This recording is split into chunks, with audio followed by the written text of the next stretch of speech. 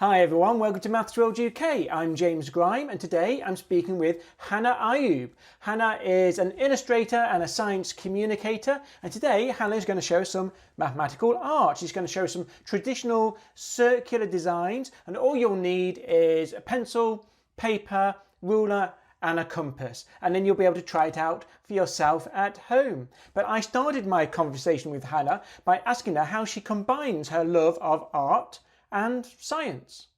Back when I was at school, I very much felt like these were two different things and I had to pick one of these routes to go down. And I was sort of quite gently but firmly nudged towards science because I was good at it. And then once I got to university, I actually realized that being able to draw was quite useful as a biologist, being able to sketch in labs and to draw diagrams and things like that.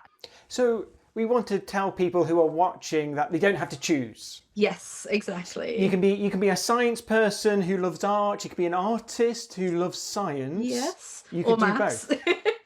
Or math. Yes, exactly. And also, even if you do choose, I think one of the things I really want to tell people, especially younger people, is you don't have to leave the other thing you like behind, and it can always be something you keep in your back pocket that you use, whether it's just as a hobby, something to relax and enjoy, or if it's something as simple as I don't know, sitting in a tech department but being able to sketch out your ideas to help communicate them. There's always ways in which skills can overlap into different careers. So what are you going to show us today? So today we are going to use a compass and ruler construction, which is a sort of whole area of geometry and I shouldn't say ruler, actually, it's compass and straight edge. So I've got a ruler here. I've got a ruler as well. There you go. Excellent. But the ruler is really just a straight edge in this case. It's not, you don't need the markings on it necessarily. And then I also have here a couple of different compasses. So this is my favorite. I should say the technical term is pair of compasses. You've got one as well. This one is quite an unusual one that actually has a mechanical pencil built into it. And that's what I normally use, but pencil doesn't always show up on video. So I'm going to use one with a pen today. So you want a sheet of paper and you want a compass. I would very much recommend using a pencil, even though I'm using a pen. And you want to set your compass so it is just slightly less than about a quarter of the height of your page. Okay. So you've got the page lengthways there. Yes, so I do. I've got it lengthways, yes. Okay. And then you've got your compass set to a specific sort of width. And if your compass is a bit loose, this is probably a good time to tighten it up. You'll quite often notice that there's screws at the top that you can use to do that. And so we often think about compasses as a way of sort of drawing a circle. That's the thing they're sort of most widely known for. But the reason why they do that is because they maintain a fixed distance between a point and your pen or pencil. And so when you have the center of a circle, you then sort of draw around. What you're essentially doing is adding up all the points that are an equidistance from that center of a circle. So we're going to start with our point very close to the center of our page. Don't feel like you need to measure this out. You can do it sort of by eye. And then we're going to draw our first circle. So there we go. So once you have that first circle, at this point, you actually get to make a choice, which is that you can place your point of your compass at any place on that circle. So I'm going to sort of go with the sort of top here, but you can go with anywhere else, and then you draw another circle, making sure that your compass is staying sort of the same width as you do this. So now we've got two circles, and at this point we don't make any more choices. So the next point that we're going to pick out is actually this one where the two circles intersect, and we are going to draw a third circle like so. And then we're going to keep moving around that original circle in the center, adding more circles on. And you're just moving around your original circle, yeah, moving like around clockwise the original circle. Or something? Yeah, moving or clockwise. Anti-clockwise? I'm moving clockwise, but it doesn't really matter which direction you move in. just sort of keep picking out those points around the edge of the circle.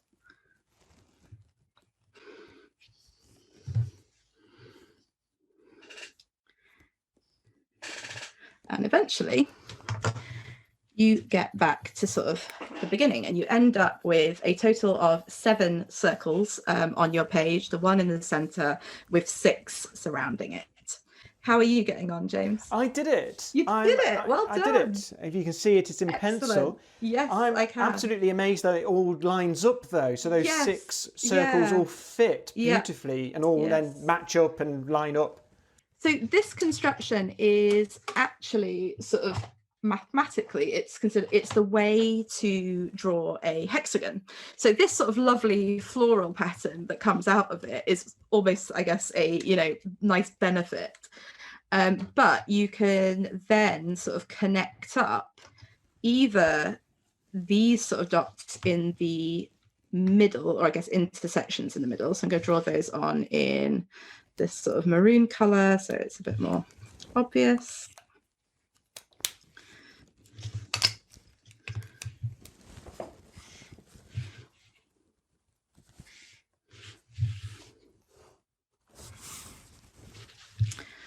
Or you can do the same sort of with the outer edge and end up with a slightly bigger hexagon.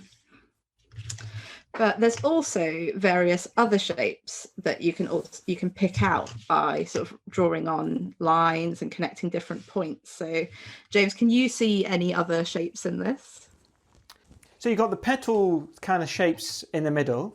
Yep. So I believe the technical term for that is a lens, although I very much do call them a sort of petal shape or a leaf shape.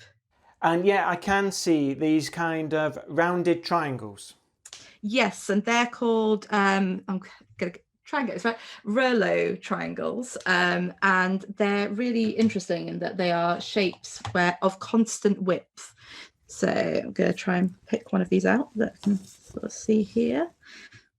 So it's these sort of rounded triangle. So constant width. So if you measure the diameter across that rounded triangle, it would always be the same diameter, kind of like a circle, but it's not a circle. Yes, very much so. And they apparently there are people who have used these triangles to make wheels because they do sort of work because of the constant width. Although I think something like the center doesn't stay the same. So if you make a bicycle with them, it can get a bit bumpy, but it does function as a wheel, which is quite interesting. We've also got quite a lot of triangles here as well. So if you sort of pick out, rather than sort of following the curves, if you pick out the straight lines in the sort of same way as the Reuleaux triangle, you can end up with a normal triangle. And then if you duplicate sort of that, you can also get a diamond or a rhombus shape. And the nice thing about picking out all of these shapes is you can then use them as a base for creating different artwork, different mandala type designs. Especially true if you have started out your design with pencil, because you can actually select lines to keep and you can rub out other lines and you can end up with quite a lot of different types of artwork. So I thought I'd show people a few of these. So in this case, sort of just kept those lens or petal shapes, sort of got rid of everything else and coloured them in. If you want something quite sort of simple, you could do that. This one's kept similar shapes, but split them down the middle and coloured or patterned them in slightly different ways. And this has a form of symmetry that doesn't quite work along a mirror, if you think sort of down that line because of the colouring, but it still has symmetry because you can sort of rotate it and place it again sort of on itself.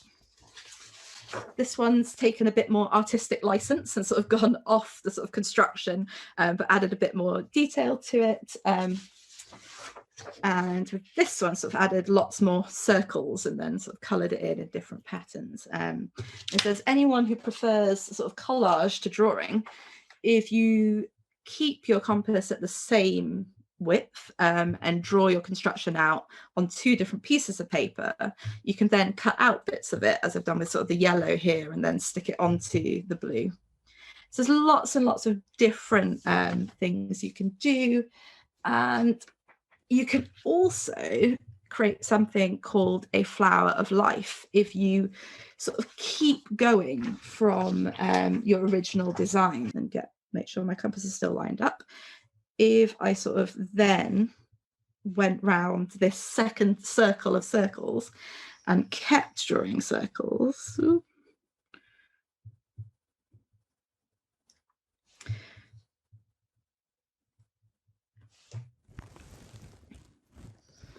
So I guess those are the vertices of the big hexagon? Yes. The corners of the big hexagon. Yeah, that's right. And then if you then pick out those flower shapes, you can sort of keep going. I'm just going to tilt my main camera up slightly. If you can see that sort of painting behind me, that is sort of I guess, how far you can go with this. You can actually keep going and adding more and more circles. And that piece is actually by my mum, not me, so I can't take credit for it. But I think it's really interesting how you can start with circles, which feel quite simple, and you can build up and add sort of more complexity and more creativity as well to your designs. So if anyone sort of enjoyed the 6-sided construction and would like something a bit more challenging, if you have a quick search, online or on YouTube for 5-sided constructions, or how to construct the Pentagon, there is a way to do that as well. And it is quite a lot more complicated. There's many more steps to it. But if you want a challenge and you're feeling patient, it is a lot of fun. I've really enjoyed doing that. And this is sort of an example of a piece of art where that has been taken to slight extremes, and sort of with lots of different Pentagon constructions in the same space, and you get these beautiful star shapes that you can pick out as well. And I'd really recommend anyone who would like something a bit more exciting, go have a look. I really enjoyed that. Is there anything you want to promote before we go?